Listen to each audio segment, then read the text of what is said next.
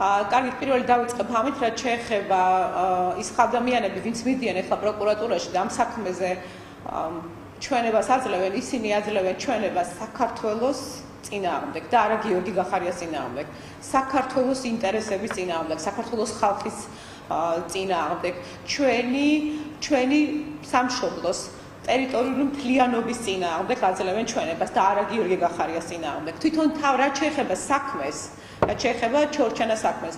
24 წლის არჩევნებამდე რამდენიმე დღით ადრე დაგვპირდა ბიძინა ივანიშვილი პირდაპირ ეთერში, რომ მას გამზადებული ჰქონდა საქმეები გიორგი გახარიაზე და ჩვენზე ყველაზე და ჩვენც ველოდებით, როდის გამოჩნდება რაღაც საქმეები ჩვენზე, რომ დალაგებულია უკვე სასამართლოში საქმეებიო. ანუ პრაქტიკულად მან თქვა, რომ პოლიტიკურ ანგარიშწორებას აპირებდა ჩვენი მისამართით, ამას არ გაუჩერებივარ ჩვენ ცხადია. ამიტომ ეს არის ის გამოძახილი. ეს არის გამოძახილი იმ განცხადების, იმ დაპირების, რომელიც მან მოგვცა.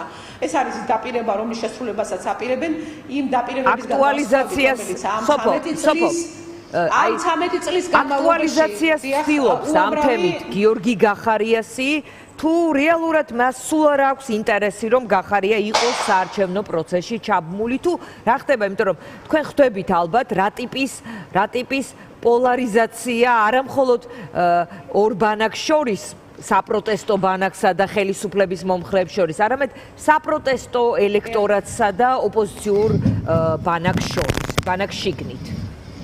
სწორედ აქედან გამომდინარე გეკითხებით. გასაგებია, აქ მთავარი ამბავი არის ის, რომ ჩვენი გადაწყვეტილება, რომელიც მივიღეთ, რომ ვიყოთ პოლიტიკაში, ვიყოთ ბრძოლაში, ეს არის ჩვენი გადაწყვეტილება და არ არის ამოკიდებული არც ბიძინა ივანიშვილზე, არც ირაკლი ყობახიძეზე, არც მამუკა მდინარაძეზე, არც სხვა ვინმეზე, ვინც არის პოლიტიკურ ცხოვრებაში შემოსული. მე მესმის, ასე შეიძლება უამრავი ბრალდება მოვისმინოთ საკუთარი თავის მხრიდან და ამ ბოლო დღეების განმავლობაში ძირითადად ორივე მხრიდან, ქართული ოცნების მხრიდან და ნაციონალური მოძრაობის მხრიდან ეს ბრალდებები გვესმის, რომ მოღალატეები ვართ, გაყიდულები ვართ და ასე შემდეგ. ეს გასაგებია და ამაზე კარგია ეს რომ მითხარით, იმიტომ რომ ჩვენ ადამიანები, რომლებიც ვამბობთ, რომ პოლიტიკაში ვართ, პოლიტიკოსები ქვია, ჩვენ ამისთვის მზად ვართ. ეს არის ჩვენი ვალდებულება და მზად ვართ იმისთვის, რომ ესეთი ბრალდებები იქნება. მაგრამ აბსოლუტურად მიუღებელია ის, რასაც ამ დღეების განმავლობაში უყურებთ. როდესაც ჩვენ გვაქვს პრეტენზია იმაზე, რომ ვართ ცივილიზებული ერი, ცივილიზებული ქვეყანა და უბრალოდ ცუდი ხელისუფლება ყავს, ჩვენ უნდა ვიქცეოდეთ როგორც ცივილიზებული ერი, ხო? და განსხვავება რა არის ირანის რეჟიმსა და ჩვენ შორის, თუ იქ ვიღაცა ქვებით ჩაქოლავს და პირდაპირ აჩანაგებს ადამიანს, ამ დღეების განმავლობაში ჩვენ რასაც უყურებთ პირდაპირ შესვებას და ჩაქოლვას, საჯარო ჩაქოლვას ადამიანების, ბულინგი რაღაც ლამაზი სიტყვაა. აი რასაც ამ განადგურებას ადამიანების, რომლებსაც ჟურნალისტია თუ ექსპერტია, ისინი არ არიან პოლიტიკური. კი ბატონო, ეს საჯარო ცხოვრებით დაკავებული ადამიანები, რა თქმა უნდა, პასუხს აგებენ თავის განცხადებებს, შეიძლება ამის გამო გაკრიტიკებული იყვნენ. სოფო, რას გეკითხებით, უფრო საინტერესო რა არის, იცით? საარჩევნო კამპანიის წარმოება, როცა ერთ მხარეს არის ხელისუფლება, მეორე მხარეს ისედაც ცოტა პარტია შედის არჩევნებში და პლუს ოპოზიციურ ფლანგზეც ამხელა დაპირისპირება მოდის, ასეთ პირობებში საერთოდ კამპანიის წარმოება, ამის გადატეხვა, არ ვიცი, არჩევნებისკენ ამომრჩევლის რაღაც ინტერესის ჩასახვა, როგორ გესახებათ საერთოდ ამ ვითარებაში მინიმუმ კამპანიის ჩატარება. აი როგორ მოკლედ ხედავთ ამას ტექნიკურად შესაძლებლობად როგორ ხედავთ? მარტივად ხედავს, როდესაც შენ არაფერი დაფარული, დამალული და ესეთი არა გაქვს, რა ვიცი, როგორ გიხარ, ქურდს ჭირდება ეს ბნელი ღამე და ეს ქართულოსნებას ჭირდება დაფარულ გარემოში ჩატარება და იმიტომ არ შემოყავს დამკვირვებლები და მიუხედავად რაღაცებს რო ამბობს ახლა მამუკა მდინარაძე, რომელიც მოღალატეა საქართველოს ხალხის, აი ასე პირდაპირ ვეუბნები, რომ მოღალატეა საქართველოს ხალხის, ეს ამ ადამიანებს აქვთ, მაგათ ჭირდებათ ბნელი ღამე. იმიტომ რომ მოიპარონ ჩვენი ხმები. თორე ჩვენ რატომ უნდა ვიმალებოდეთ? რა მე რომ მივალ და მოქალაქეს ვეთქვი, წამოდი არჩევნებზე, იმიტომ რომ ეს შენი ქვეყანა არის, ეს შენი სოფელია, შენი ქალაქია, შენი ქუჩაა და ეს არ არის არც ერთის, არც მეორეს ვიღაცის დროებით მოსული ხელისუფლების, აქ რატომ უნდა შემექმნას პრობლემა? საინტერესო ის არის, რომ ჩემს მერე ვიღაცა რო წავა, რომელიც ბოიკოტს უჭერს ხარს და ეტყვის, რომ არჩევნებზე არ წახვიდეთ, არჩევნები ცუდია, რა განსხვავება ამ ადამიანებსა და ბიძინა ივანიშვილის შორის და ან ქართულ ოცნებას შორის. და თქვენ წერილები წაიკითხეთ, ერთ-ერთი პირველი წერილის ბოლოს პრაქტიკულად დამატდა წინადადება და ქართული ოცნება იქნება უკუნითი უკუნისამდე. პრაქტიკულად ასეთი წერილი იყო. ზურაბ ჯაფარიძის წერილს ეხმაურებით? დიახ და მესამე წერილიც რომ იყო, ისიც იყო რაღაცა ვიშლისტი, კარგი სურვილების. მე დავამატებ სურვილებს. მე დავამატებ იმ მესამე წერილს სურვილებს და ვისურვებ, რომ ისეთი სახელმწიფო იყოს, სადაც პოლიტიკოსებს, ხელისუფალს, ძველს, ახალს, მომავალს ექნება განცდა, რომ ის არის მსახური ხალხის და ანგარიშვალდებული ხალხთან და ხალხი იქნება მთავარი თემა პოლიტიკის, შინაარსი რომ ექნება პოლიტიკას. მეც მინდა ასეთი ქვეყანა, სადაც ადამიანები, მათი ცხოვრება, მათი ყოველდღიურობა იქნება ჩვენი მთავარი სალაპარაკო და პოლიტიკაც ამას ერქმევა. პოლიტიკაც, როგორი იქნება ჯანმრთელობის პოლიტიკა, როგორი იქნება განათლების პოლიტიკა, როგორ უნდა ვიცხოვროთ ამ ქვეყანაში, რა გავაკეთოთ იმისთვის, რომ ყოველდღიურ უკეთესი ცხოვრება გქონდეს, ნორმალური ცხოვრება გქონდეს და არ გვიწევდეს გაქცევა. აი ხა რო ლაპარაკობდა ის კობახიძე კი არა, ვინ შარმანაშვილი ლაპარაკობდა. არა, შარმანაშვილი საოცარი, შარმანაშვილი, აი ეს არის ქართული ოცნებისგან რაც დარჩა, რა სახეც მიიღო. ეს საყავთ ახლა მოლაპარაკე თავი, რომელიც ყველა ხელისუფლებას მოერგო, არასოდეს არაფერზე პასუხისგებლობა არ აიღო და ეხლაც აკეთებს ასეთ განცხადებებს და რაღაცა გონორით გველაპარაკება. ვინ არის ის შარმანაშვილი, როგორ ბედავს რო ესე ელაპარაკება საქართველოს ხალხს, როგორ ბედავენ, ასე რომ ატყუებენ და თვალში ნაცარს აყრიან.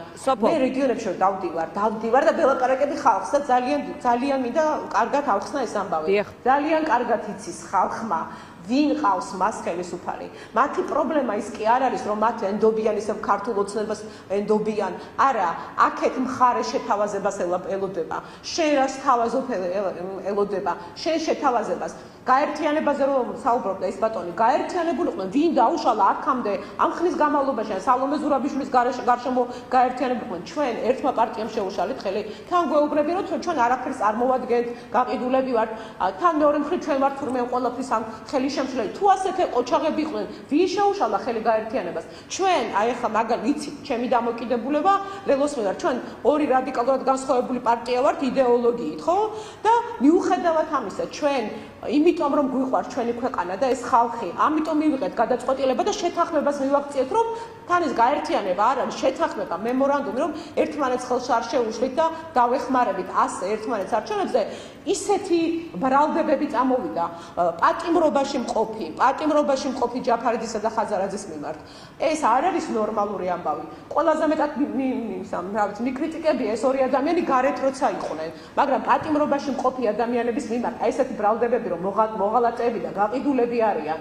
და ეს არ არის კრიტიკა, ეს არ არის კრიტიკა. ძალიან კარგი რამე და სულ ვიტყო ბოიკოტში მყოფი პარტიები ყოველ შემთხვევაში ამბობენ, რომ ისინი ხედავენ, რომ ბოიკოტი არ თანამშრომლობა ეს არის გამარჯვების გზა, ეს ვთქვათ, ვიშლისტი ახსენეთ და ეს რეჟიმი სადღაც შუაგზაში ჩამოიშლება, ეს არის ყველაზე ოპტიმალური და სწორი გზა, რომელიც არის შედეგზე გათვლილი და არჩევნებში წამსვლელები უბრალოდ ლეგიტიმაციას შეუწყობენ ხელს, ნორმალურობას პროცესის და რომ ეს ვთქვათ ამ არალეგიტიმური პარლამენტის მიერ არჩეული, არალეგიტიმური პრეზიდენტის მიერ ჩანიშნული არჩევნებში მონაწილეობა, მოკეთ სხვადასხვა ფრაზეოლოგიით არის ეს პროცესი ახსნილი. ისინი ამბობენ, რომ მათი გზა არის სწორი. არჩევნებში შესვლა არის ივანიშვილის პოლიტიკური სიცოცხლის გახანგრძლივება და ისეთი ეგზისტენციალური და სიცოცხლის და ქვეყნის ყოფნა არ ყოფნის საკითხია, რომ ეს ახლა პერსონების მამუკას ვიცნობ და ხელი ჩამომირთმევია და სოფო შევხვედრი ვარ სადმე და რაღაც პერსონალურად კარგი ურთიერთობა, მაგრამ ალბათ ამაზე მეტად უყურებენ ამ საკითხს და ეს იქცა იმად რადაც იქცა დაპირისპირება ოპოზიციურ ფლანგზე. მოკეთ ეს არის უკვე მოცემულობა, ამას ვერაფერი შეცვლის. უბრალოდ მაინც კიდევ ერთხელ 5 ოქტომბრის შემდეგ რა იქნებაო ჯაფარიძის წერილს გამოეხმაურეთ, იქ არის ბოლოს, ეხლა საინტერესოა 5 ოქტომბრის შემდეგ რა იქნებაო. მათაც ვკითხა, ვინც არაპირებს არჩევნებში შესვლას, მაგრამ თქვენც კითხავთ ამ ფონზე 5 ოქტომბერს როგორ აღიქვამთ? პირველი რეჟიმთან ბრძოლაზე როცა არის ლაპარაკი, მე არ ვიცი რომ მათგანს აქვს რეჟიმთან ბრძოლის გამოცდილება, მე მაქვს ეს რეჟიმთან ბრძოლის გამოცდილება, თუ პერსონალებზე არის, პერსონალურად ვიღაც კონკრეტულ ადამიანებზეა საუბარი. ისე კი, ადამიანები, პერსონალური ადამიანები, პერსონებისგან შედგება სამოქალაქო საზოგადოება და კი, ჩვენ ადამიანის როლი არავის არ გაუქმებია ისტორიაში. დიახ, ადამიანი რომ გამქრალია პოლიტიკიდან, ამაზე ვლაპარაკობთ ჩვენ. და ეს არის თემა, თორემ მე შემიძლია ავიღო რაღაცა კარგი იდეები მაგალითად და წავიკითხო, იმ ლამაზ მსახიობს წავაკითხო და ეს არ იქნება მაშინ შედეგის მომტანი. დიახ, ჩვენ მე შემიძლია გითხრათ, მე არა ვარ ახლა მკითხავი და ვინ მკითხავო და არც ეს მომწონს რომ რაღაც ან ექსპერტი არა ვარ რომ რაღაცა სხვადასხვა ვერსიები შემოგთავაზოს. მე გეტყვით მე რას გავაკეთებ დღეს იმისთვის, ხვალზე, იმისთვის რომ უკეთესი ქვეყანა იყოს. მე ვიცი რომ შევდივარ ბრძოლაში, რომელიც არ იქნება იოლი პირიქით რთული ბრძოლა, რეჟიმთან ბრძოლა რთულია. მე არ ვიცი ახლა იმ ადამიანებს, ვინც მაშინ რეჟიმში იყვნენ, როცა მე მათ ვებრძოდი. აქვთ შეიძლება განცდა რომ გარეთ ვიღაცა ხალხი ბოიკოტით რომ იulis დაილაპარაკებს, ამით ჩამოიშლება რეჟიმი. არ ვიცი ის რეჟიმი რამ ჩამოშალა, არჩევნებმა ჩამოშალა. საქართველოს ხალხის აჯანყებამ არჩევნებზე გასვლით და მთავარი მოტივი, რატომაც მინდა, რატომაც გავდივარ არჩევნებზე, პირდაპირ გეუბნებით. მე მჯერა რომ პოლიტიკოსი ხალხს უკან კი არ უნდა ეფარებოდეს, ხალხს წინ ფარად კი არ უნდა იყენებდეს. შენ უნდა იგდე წინ და შენ უნდა იყო პირველი და შენ უნდა მიიღო პირველი დარტყმა. მე ამის მჯერა.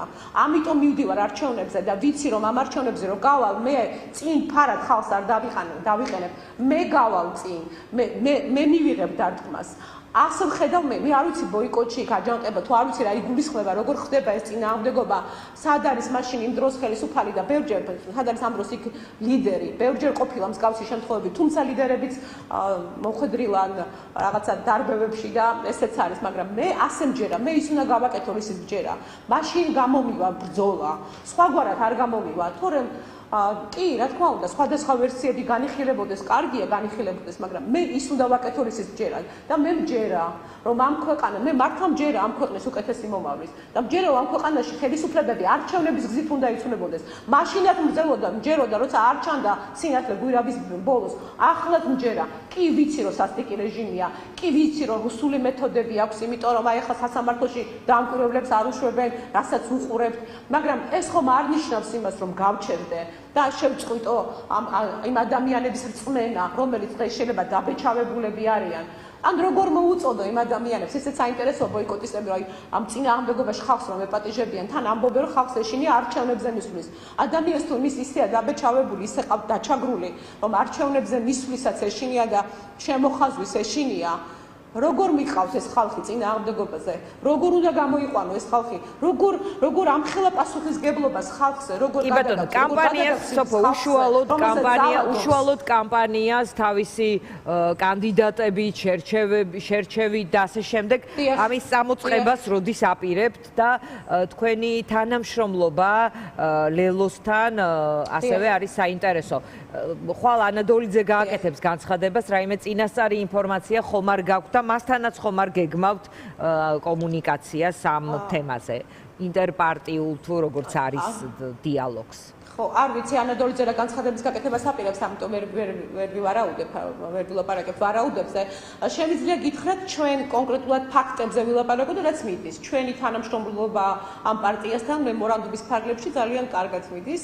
ანუ ვმუშაობთ, რომ ყველგან ყავდეს კომისიის წევრები, ყველგან ყავდეს ყველაზე კარგი კანდიდატები, რომელსაც ორივე პარტია დაუჭერს მხარს. შეიძლება ეს იყოს რიგ შემთხვევაში ერთი პარტიის წევრი, მეორე შემთხვევაში ჩვენი პარტიის წევრი. შეიძლება ნეიტრალური კანდიდატის შერჩევა ხომ არ გაჭირდება იმ ფონზე, რომელიც არის შექმნილი, როდესაც ღალატად არის მიჩნეული საარჩევნო პროცესში ჩაბმა.